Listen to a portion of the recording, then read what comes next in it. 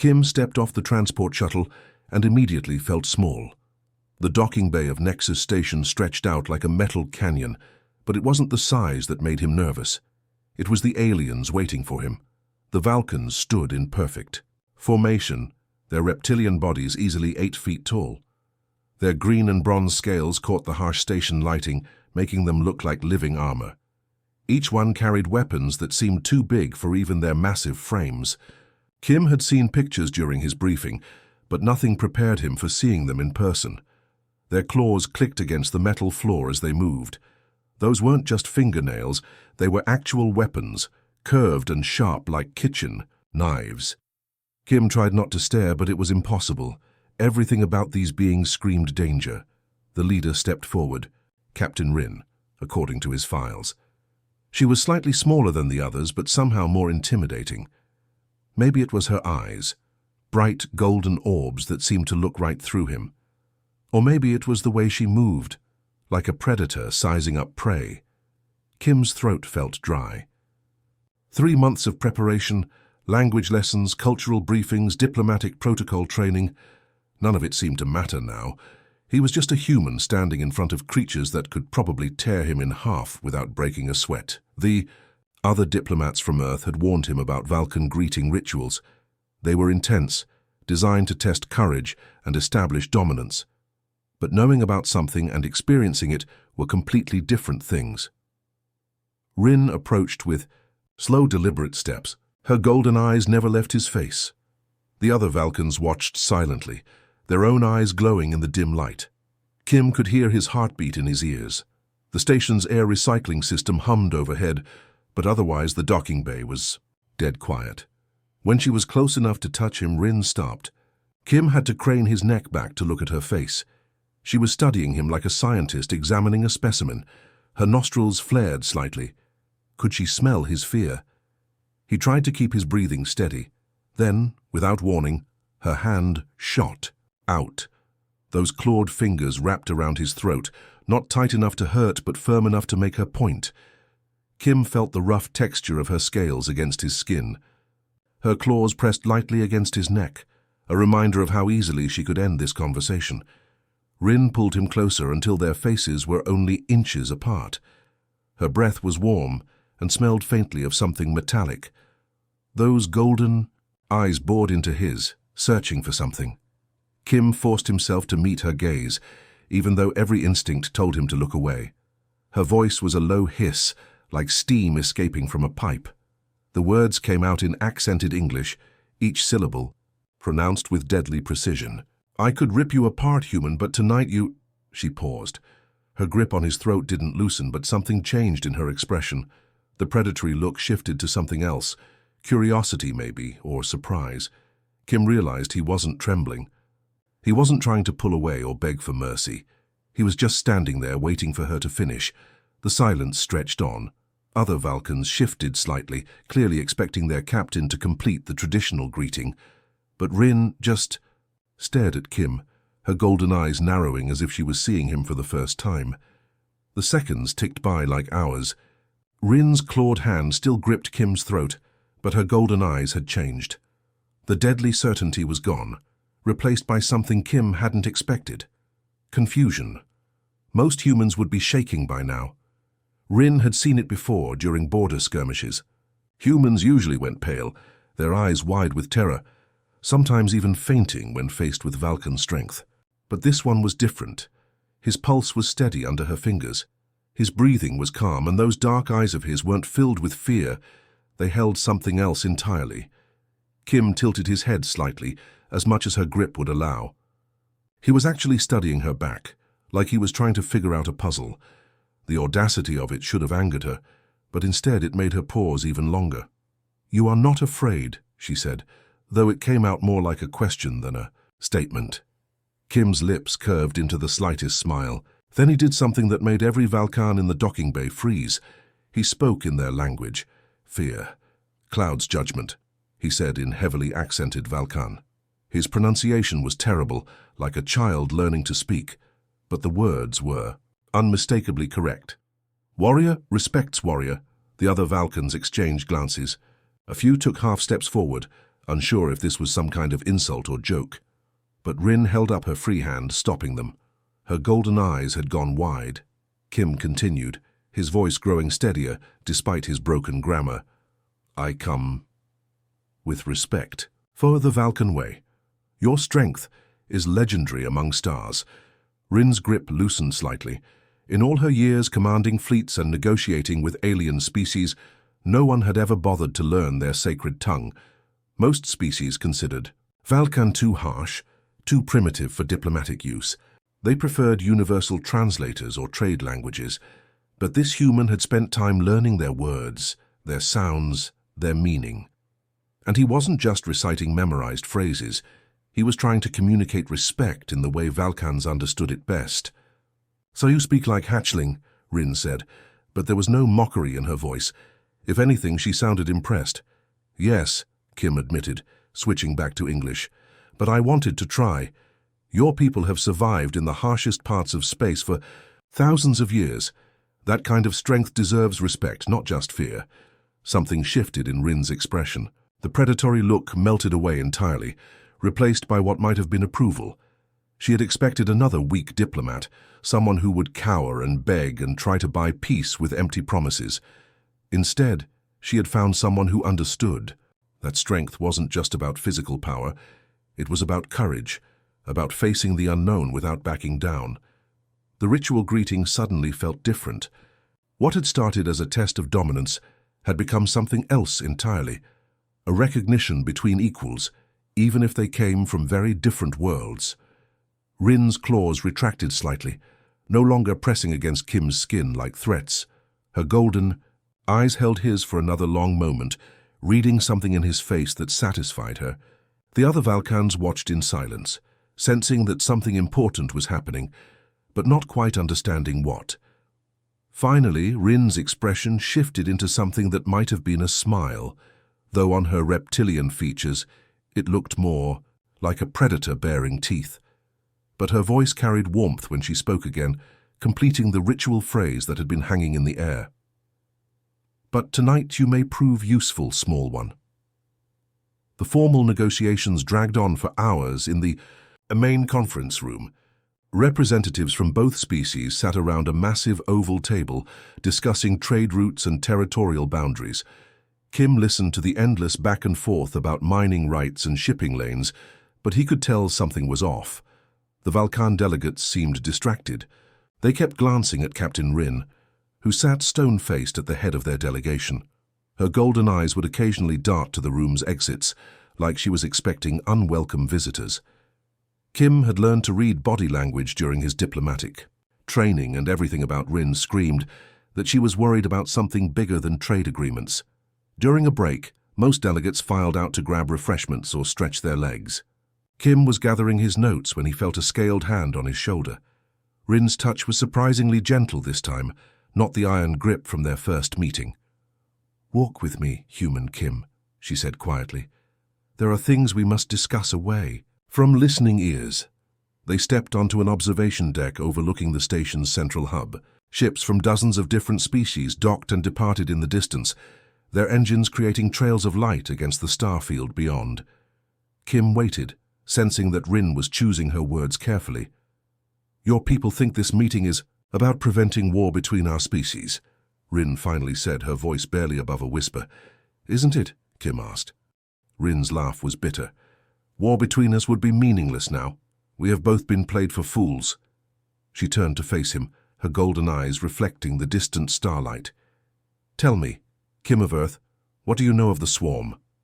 Kim felt his blood chill. The swarm was whispered about in intelligence briefings, a rumor that most human officials dismissed as frontier paranoia. Stories of entire star systems going dark, of planets stripped bare and left as empty husks. No one had concrete proof. They existed. "We've heard stories," Kim said carefully, "but our scientists think they're just tales told by scared colonists." "Your scientists are wrong." Rin's claws extended slightly, scraping against the metal railing. "The swarm is real. They consume everything. Planets, moons, entire solar systems. They turn living worlds into dead rocks and move on to the next target." Kim's mind raced. "How do you know this?" Because we've been fighting them for the past year, Rin said. 3 of our outer colonies have already fallen. Each time we send fleets to investigate, and each time we find nothing but stripped worlds and debris. The pieces suddenly clicked together in Kim's head. That's why you've been pulling ships back from our border. You weren't preparing for peace talks. You were reinforcing your defense lines. Rin nodded grimly. And while we fought the swarm, your people moved more ships to our shared border, thinking we were planning an attack. The swarm fed on our mutual distrust, keeping us focused on each other instead of the real threat. Kim stared out at the busy traffic around the station. All those ships, all those civilizations going about their daily business, completely unaware that something was hunting them from the darkness between stars. How long do we have? He asked. Our scouts estimate 6 months, maybe less, before they reach the core systems. They're not just randomly consuming worlds, they're following a pattern, cutting off escape routes and isolating each species. Kim felt the weight of responsibility settling on his shoulders. He wasn't just here to prevent a war anymore. He was here to help forge an alliance that might be the only hope for both their civilizations. What do you need from humanity? He asked. Rin's expression shifted, showing something Kim hadn't seen before, hope mixed with desperation. Everything, the war room felt like a tomb. Kim stared at the massive holographic display showing recent swarm attacks, his stomach twisting, as he watched entire star systems wink out of existence. Around the table, Valkan military commanders sat in grim silence, their scaled faces reflecting the blue glow of the tactical screens. General Crix, Rin's second-in-command, gestured at the display with one clawed finger. Every engagement follows the same pattern. The swarm sends wave after wave of drones. We destroy hundreds, sometimes thousands, but they keep coming. Eventually, our ammunition runs out. Our ships need repairs, and they overwhelm us through sheer numbers. Kim studied the battle recordings. The Valkan fleets fought with incredible discipline and coordination. Their ships moved in perfect formations. Their weapons struck with deadly precision. By any military standard, they should have won these battles easily. Your tactics are flawless, Kim said, earning surprised looks from the Valkan officers. But you're fighting the wrong kind of war. An uncomfortable silence fell over the room. General Crix's golden eyes narrowed dangerously. Explain yourself. Human, Rin said, her voice carefully neutral. Kim stood up and walked to the holographic display. Look at how the swarm moves. They don't think like individual creatures. They think like a single mind controlling millions of bodies. They can predict your next move because you follow logical military doctrine. He waved his hand through the hologram, highlighting several battle sequences. Here, you form a defensive line. Here, you concentrate fire on their largest ships. Here you retreat when outnumbered. All textbook perfect, all completely predictable. General Crix slammed his fist on the table. Those are proven strategies that have won us countless victories. Against enemies who think like you do, Kim replied. The swarm doesn't think like you. They don't fear death. They don't protect. They're commanders, they don't care about losses. So why are you fighting them like they do? Rin leaned forward, interested despite herself. What would you suggest? Kim smiled. Chaos. Before anyone could object, he continued. On Earth we have a saying, if you can't predict what you're going to do next, your enemy certainly can't either. What if instead of perfect formations, your ships moved randomly? What if instead of targeting their biggest threats, you ignored them completely and went after something unexpected? That's madness, another officer muttered. Maybe, Kim agreed, but let me show you something. He pulled up a tactical puzzle that had been running on a side screen, a training simulation that Valkan War Masters use to test new officers. The scenario showed a small fleet surrounded by overwhelming enemy forces, with the challenge being to find an escape route while minimizing losses. How long has this particular puzzle been unsolved? Kim asked. 47 cycles, General Crix admitted grudgingly. It's considered impossible. The enemy has every escape route covered. Kim studied the display for less than a minute, then started inputting commands. Instead of trying to break through the enemy lines, he did something that made every Valkan in the room gasp. He ordered the fleet to split up and attack in completely different directions simultaneously. You're sending them to their deaths, an officer protested. But Kim wasn't finished. As the simulated enemy moved to intercept the scattered ships, he had each vessel suddenly change course again, this time converging on a single point that had been heavily defended moments before. The enemy, caught completely off guard by the random movements, couldn't reposition fast enough. The simulation ended with the entire fleet escaping through what had been the most heavily guarded exit point. The room fell dead silent. 47. Cycles of Vulcan military thinking had been overturned in 60 seconds by a human who had never commanded a warship in his life. "How?" Rin whispered. Kim shrugged. "I stopped trying to find the logical solution and started looking for the illogical. 1. The enemy expected you to act rationally, so I acted irrationally instead." General Crix stared at the display, his expression shifting from anger to amazement. "This approach, it goes against everything we've learned about warfare." "Exactly," Kim said, "and that's why it might work against the swarm." The alarm shattered the tense quiet of the war room like breaking glass. Red lights bathed everything in an ominous glow as the station's defensive systems came online. Kim felt his heart jump into his throat as the tactical display suddenly filled with new contacts, dozens of small, fast-moving objects emerging from the darkness beyond the station's sensor range. "Swarm scouts!" Rin hissed, her golden eyes reflecting the emergency lighting. "They found us!" Through the observation windows, Kim could see the enemy ships for the first time. They looked nothing like the sleek vessels of other species he'd encountered. These craft were organic-looking, their black surfaces rippling like living skin. They moved in perfect coordination, flowing around the station's defensive structures like water around rocks. "All units to battle stations," General Crix barked into his communicator. "Form defensive perimeter Alpha. Protect the docking bays."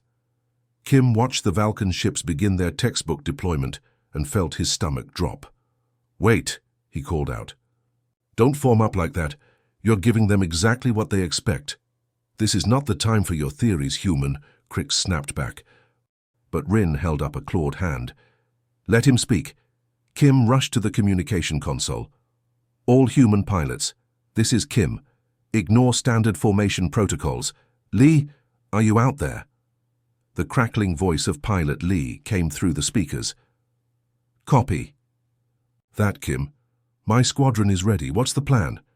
"No plan," Kim said, earning shocked looks from every Vulcan in the room. "That's the point. I want you to fly like you're drunk. Random directions, sudden stops, impossible turns. Make it so crazy that even you don't know what you're doing next." "Are you insane?" Lee's voice carried a mix of confusion and excitement. "That's going to get us killed." "Trust me," Kim replied, "and keep your weapons powered down until I give the word." On the tactical display, Kim watched as the human fighters broke from their neat formation and scattered in what looked like complete chaos. Some dove toward the station's lower levels, others climbed high above the defensive grid. A few actually flew backward, their engines screaming in protest. The swarm scouts, which had been moving in perfect synchronization toward the Vulcan defensive line, suddenly stopped. Their formation wavered as the hive mind tried to process what it was seeing. The random movements of the human ships didn't match any known attack pattern. "They're confused," Rin breathed, staring at the display in amazement. Kim keyed the comm again. "Lee, start your attack run now, but don't target their weapons or engines. Go for something they won't expect." "Like what? Surprise me? What happened?" Next would be talked about in military academies for years to come. Lee's squadron, still flying in seemingly random patterns, suddenly converged on the swarm scouts' communication arrays, the small, seemingly unimportant nodes that allowed the ships to coordinate with each other. The effect was immediate and devastating. As the communication links were severed, the perfect unity of the swarm formation collapsed. Individual scout ships began flying into each other, their hive mind unable to maintain coordination without the connecting signals. "Now," Kim shouted to Crix, "hit them with everything you've got while they're disorganized." The Vulcan ships, which had been holding their disciplined formation, suddenly unleashed a devastating barrage. Their weapons, designed for precision strikes, tore through the confused swarm scouts like thunder through clouds. Kim watched Pilot Han execute a maneuver that would have been impossible in any flight manual, flying upside down while spinning, then suddenly flipping to strafe a scout ship that had been trying to reform with its companions. The enemy vessel, expecting a conventional attack angle, was completely unprepared for weapons fire coming from directly below. "This is incredible," General Crix muttered, his earlier skepticism replaced by pure amazement. "They can't predict our movements because we're not following any logical pattern." Within minutes, the entire scout force was destroyed. The space around the station was filled with debris and the fading energy signatures of swarm vessels. But Kim knew this was just the beginning. "Lee, get your people back to the hangar for rearming," he called out. "This was just a probe. The real attack is coming."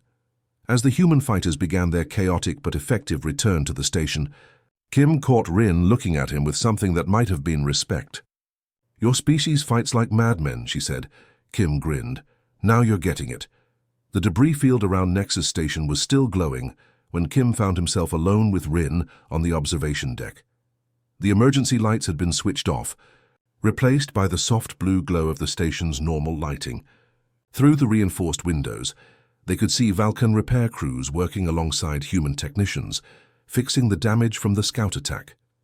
Kim's hands were still shaking slightly from the adrenaline. He'd never been in a real battle before. His training had been all diplomacy and negotiation, but something about the chaos of combat had felt almost natural to him, like solving a puzzle where the pieces kept changing shape.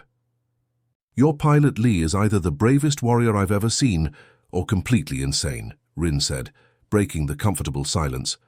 Her golden eyes tracked a human fighter as it limped back to the docking bay, its hull scarred but intact. "Probably both," Kim admitted with a tired smile. "Most of our best pilots are a little crazy. You have to be to fly the way we do." Rin turned to study him, her reptilian features unreadable in the dim light. "I owe you an apology, Kim of Earth." "For what?" "For doubting your species. When I first grabbed your throat in the docking bay, I expected to find weakness. Your people are small. Your ships are fragile. Your weapons are inferior to ours in every measurable way." She paused, her claws clicking against the metal railing. "I thought you had nothing to offer but words and empty promises." Kim felt heat rise in his cheeks. "We're not warriors like you. We know that." "No," Rin said firmly. "You're something else entirely. Something we've never encountered before." She gestured toward the debris field where the swarm scouts had been destroyed. "For 300 years, my people have conquered every enemy we've faced through superior strength and discipline. We are faster, stronger, better armed than any species in this sector. But strength alone couldn't defeat the swarm." Kim watched a human maintenance worker helping a Vulcan engineer repair a damaged sensor array. The two couldn't have been more different. The human barely reached the Vulcan's waist, his tools looking like toys compared to the alien's massive equipment. But they worked together with an efficiency that surprised him. "Your people don't just fight," Rin continued. "You inspire. In the space of one battle, you taught my warriors to think differently than they have in centuries. You showed them that. Sometimes the strongest strategy is to abandon strategy entirely." "It wasn't just me," Kim protested. "Your people adapted faster than I thought possible. General Crix started modifying his formations before I even finished explaining the concept. Because you made us believe it could work." Rin's voice carried a note of wonder. "That's your true strength, Kim. Not your weapons or your ships, but your ability to make others see possibilities they never imagined." A communication alert chimed softly from Kim's wrist device. He glanced at it and felt his stomach drop. Long range. "Sensors are picking up something big approaching from the outer system. The main swarm fleet." Rin's expression hardened, but there was no fear in her golden eyes. "How long?" 18 hours, maybe less. Then we have work to do." Rin straightened to her full height, but her posture was different now. Less like a predator sizing up prey, more like a partner preparing for a difficult task. "I'm going to recommend to the Vulcan High Command that you be given joint tactical authority for the coming battle." Kim's eyes widened. "Are you sure? Your people follow strength and I'm just a diplomat." "No," Rin said, placing one scaled hand on his shoulder. The gesture was gentle this time, supportive rather than threatening. You're the human who taught us that there are many kinds of strength. The kind that comes from muscle and claw, yes, but also the kind that comes from here. She tapped her temple with one claw. And here. She placed her other hand over her heart.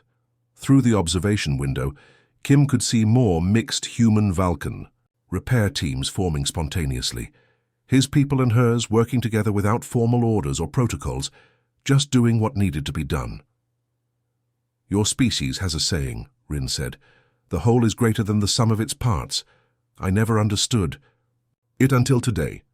Kim nodded, feeling the weight of what was coming. Let's hope it's enough. The main display on the command bridge showed a sight that would haunt Kim's dreams forever. The swarm fleet stretched across the darkness like a living shadow, thousands of organic ships moving in perfect unison toward Nexus Station. Each vessel pulsed with a sickly green light, their hulls rippling as if breathing. "Sweet Mother of Earth," whispered Engineer Park from his jury-rigged workstation. Cables and components from both human and Vulcan systems were scattered around. Him like electronic spaghetti. There's got to be 10,000 of them out there. Kim gripped the command rail, his knuckles white with tension. Beside him, Rin stood perfectly still, but he could see the slight tremor in her clawed hands. Even for a warrior species like the Vulcans, these numbers were terrifying. "Fleet status report," Kim called out, trying to keep his voice steady. "Combined forces show 237 ships ready for combat," reported General Crix from the tactical station.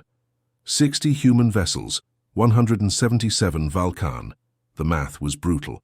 Even if every Allied ship performed perfectly, they were outnumbered more than 40 to 1. Kim had seen what just a handful of swarm scouts could do. This looked impossible. "Park, tell me you have good news," Kim said. The engineer looked up from his chaotic workspace, his face streaked with grease and sweat. "Well, the good news is that I've managed to merge our targeting systems with their weapons arrays. The bad news is that I have no idea if it'll work, without blowing up half our fleet." "Elaborate," Rin said, her golden eyes fixed on the approaching enemy. Park gestured at a Vulcan power coupling that he'd somehow connected to a human computer core. "Your people build weapons that hit like sledgehammers. Our people build targeting systems that can thread a needle from 3-star systems away. Put them together and theoretically we get precision sledgehammers." "Theoretically?" Kim asked. "The power requirements are insane. Every shot is going to drain our shields by 15%. But if it works, each hit should punch through swarm armor like it's paper." Kim looked at Rin, seeing his own thoughts reflected in her expression. It was a desperate gamble, but they were out of safe options. "Do it," Rin decided. "Signal all ships to begin Park's modifications." The next hour was chaos. Human technicians swarmed over Vulcan weapon systems, while Vulcan engineers helped install human targeting computers. Park's voice echoed across the fleet communication channels, walking crews through modifications that should have taken weeks to design and months to implement. Kim watched Pilot Lee's squadron practicing attack runs with their newly modified fighters. The small ships now carried Vulcan plasma cannons that looked ridiculously oversized for their frames, but early tests showed they could punch holes through asteroids with frightening ease. "Incoming transmission from the lead swarm vessel," the communications officer announced. The main screen flickered, showing something that made Kim's skin crawl. The swarm commander wasn't a single creature, but a writhing mass of interconnected organisms, their voices speaking in perfect unison with a sound like grinding metal. "Your resistance is irrelevant. Your technology will be absorbed. Your worlds will feed the collective. Surrender now and your deaths will be swift." Kim stepped forward, his diplomatic training taking over despite his fear. "We reject your terms. This station and the worlds behind it are under our protection." The mass of creatures on the screen pulsed with what might have been amusement. "You speak of protection with such few ships? We have consumed civilizations with fleets 10 times your size." "Then you haven't met humans before," Kim replied, glancing at Rin, who nodded her approval. The transmission cut off abruptly. Almost immediately, alarms began wailing throughout the station. "They're accelerating," Crix reported. "Full attack formation. Impact in 20 minutes. Kim took his position at the command console, feeling Rin move to stand beside him. Their partnership had evolved over the past days from suspicious cooperation to something approaching trust. Now they would test that bond against impossible odds. "All ships, this is Kim," he broadcast to the fleet. "Remember what we learned from the scouts. Stay unpredictable. Park's modifications should give us the firepower we need, but only if we can get close enough to use them." "Valkan fleet," Rin added, her voice carrying the authority of centuries of military tradition. "Fight with honor, but more importantly, fight with the wisdom our human allies have shared with us." The enemy ships were close enough now that Kim could see individual details on their organic hulls. The battle for everything they held dear was about to begin. The battle had been raging for 2 hours, and Kim could taste defeat in the recycled air of the command bridge. Despite all their preparations, despite Park's ingenious weapon modifications, despite the courage of every pilot in the combined fleet, they were losing. The tactical display told the brutal story. What had started as 237 Allied ships was now down to less than 80. The swarm's numbers seemed endless. For every enemy vessel they destroyed, 2 more took its place. The organic ships absorbed damage that should have been fatal, their living hulls healing themselves in real time. "Cruiser Defiant is reporting critical damage," General Crix announced, his voice hoarse from hours of shouting orders. "They're requesting permission to withdraw." Kim watched the human vessel limping away from the battle line, its hull breached in 3 places, atmosphere venting into space like blood from a wound. Captain Yoon had managed to evacuate most of her crew to the escape pods, but the ship itself was dying. "Granted," Kim said, feeling each retreat like a personal failure. "Fall back to defensive position Beta." But even as he spoke, Kim knew it was pointless. They had already fallen back twice. There was nowhere left to run. The swarm had pushed them almost to the station itself, and the enemy's numerical advantage was becoming more overwhelming by the minute. Rin stood beside him, her golden eyes fixed on the tactical display. Her usual composure had cracked, revealing the desperate warrior beneath. "At this rate, we have perhaps 30 minutes before they reach the station's outer defenses." Kim's mind raced, searching for options they hadn't tried. The chaotic tactics that had worked against the scouts were proving less effective against the main fleet. The swarm had adapted, learning from each engagement. Their hive mind was beginning to predict even their most random movements. "What if we're thinking about this wrong?" Kim said suddenly. "Explain," Rin replied. Though her attention was split between their conversation and the reports flooding in from the battle, Kim pointed at the damaged Defiant on the display. "Look at that ship. It's moving at full impulse power even with a breached hull. Its engines are intact. Its mass is still significant, and it's already written off as a loss." Rin's eyes narrowed. "You're suggesting we use damaged vessels as weapons?" "Ramming," Kim said, the word hanging in the air like a challenge. "The swarm expects us to preserve our ships to retreat when they're damaged. But what if we don't? What if we turn our dying ships into guided missiles?" The bridge fell silent, except for the constant chatter of combat communications. Even Crix stopped his tactical reports to stare at Kim. "That's—" Crix began, then stopped, his scaled features showing a mixture of horror and fascination. "Insane," Rin finished. "You're talking about suicide attacks." "No," Kim said firmly. "I'm talking about sacrifice. We evacuate the crews first, then use remote control to guide the ships into swarm vessels. We turn our losses into weapons." Park looked up from his engineering station, his eyes bright with sudden understanding. "The swarm ships cluster together because they think like a collective. If we ram one ship into the center of a formation, the chain reaction could take out dozens of them," Kim finished. But Rin was shaking her head. "My people don't abandon their ships. It goes against everything we believe about honor in battle." "Then don't abandon them," Kim said. "Transform them. Give those ships one last chance to serve their crews by protecting everyone else." The communication system crackled with Captain Yoon's voice from the dying Defiant. "Command, this is Yoon. My ship is finished, but my engines are still good. If you've got a target you need hit, we can do it." Kim looked at Rin, seeing the internal struggle in her golden eyes. This went against centuries of Valkan military doctrine, but so had everything else they'd tried today. "The swarm won't expect it," Kim continued. "Their hive mind is built around self-preservation. The concept of willing sacrifice is foreign to them. It might be the one thing they can't adapt to. Rin was quiet for a long moment. Then she keyed the fleet communication system.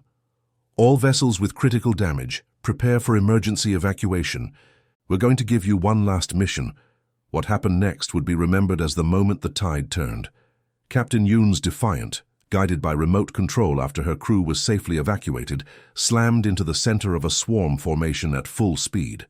The explosion took out not just the target vessel, but 7 others that had been clustered around it. Across the battlefield, other damaged ships followed suit. The Valkan destroyer Thunderstrike, the human frigate Horizon, even the tiny Courier, ship Messenger, all transformed from casualties into weapons. The effect on the swarm was immediate and devastating. Their perfect formations began to break apart as individual ships tried to avoid the incoming projectiles. For the first time, in the battle, the enemy looked confused, uncertain. "It's working," Crix breathed, staring at the tactical display in amazement. "They're scattering." Kim felt a grim satisfaction as he watched the swarm's disciplined advance dissolve into chaos. They had found the one thing the hive mind couldn't understand: the willingness to sacrifice everything for others. 3 days after the battle, Kim stood in what used to be Nexus Station's main conference room. The elegant diplomatic chamber had been transformed into a makeshift command center during the fighting, with cables running across the floor and emergency lighting casting harsh shadows on the walls. Now it was being hastily restored for a ceremony that would change the galaxy forever. Engineer Park was under one of the tables, trying to restore the room's original lighting system. "Almost got it," he called out, his voice muffled by the equipment housings. "Just need to bypass this burned-out relay and—" There. Soft, warm light flooded the room, revealing the extent of the battle damage. Scorch marks from overloaded systems decorated the walls, and several of the elegant viewing ports were cracked from the station's violent shaking during the swarm assault. But somehow the imperfections made the space feel more real, more honest than its previous diplomatic perfection. Kim adjusted his formal diplomatic uniform, still uncomfortable with the weight of what was about to happen.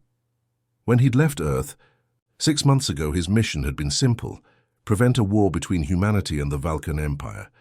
Now he was about to sign the first military alliance between their species, forged in the crucible of a battle that had nearly destroyed them both. Rin entered the room with her usual measured stride, but Kim noticed she moved differently now. The predatory caution was still there, but it was tempered by something else: respect, perhaps, or even friendship. Her formal robes were deep blue with silver threading, the ceremonial dress of a Vulcan fleet commander. "The documents are ready," she said, gesturing to the ornate treaty papers laid out on the restored conference table.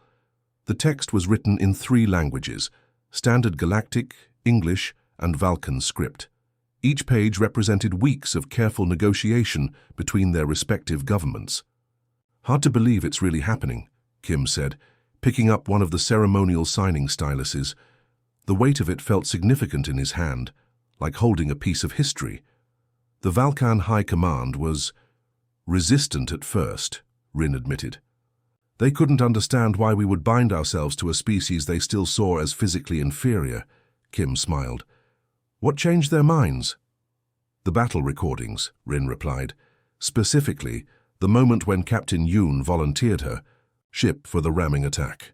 When the High Command saw a human willingly sacrifice her vessel to save Vulcan lives, they began to understand what I've been trying to tell them." Through the repaired viewing ports, Kim could see the combined fleet anchored around the station. Human and Vulcan ships floated side by side, their crews working together on repairs and modifications.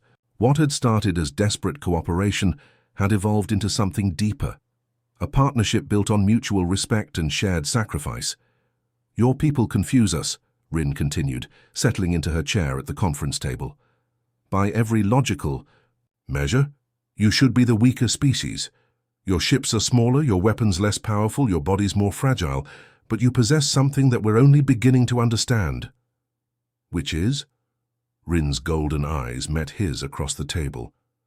"The ability to make strength irrelevant. In a single battle, you taught us to abandon tactics that had served us for centuries. You showed us that sometimes the greatest victory comes from accepting defeat and transforming it into something else entirely. Kim thought about the crews, who had evacuated their dying ships, turning vessels they loved into weapons to save others. We're not braver than you.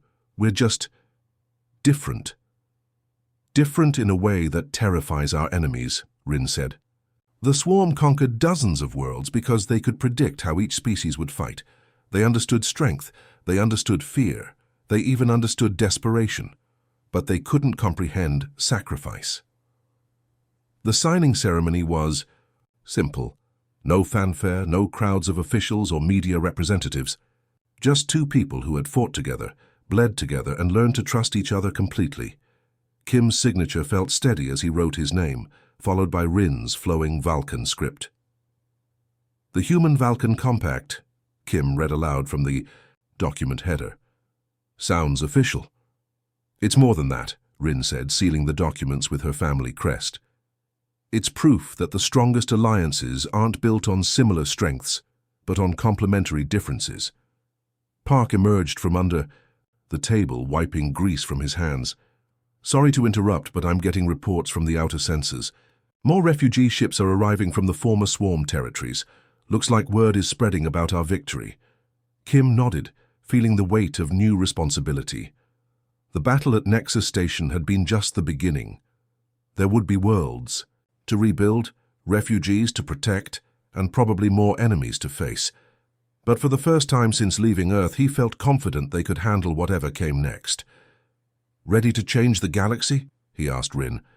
Her scaled lips curved in what he'd learned to recognize as a smile. With humans as allies, I suspect we won't have a choice.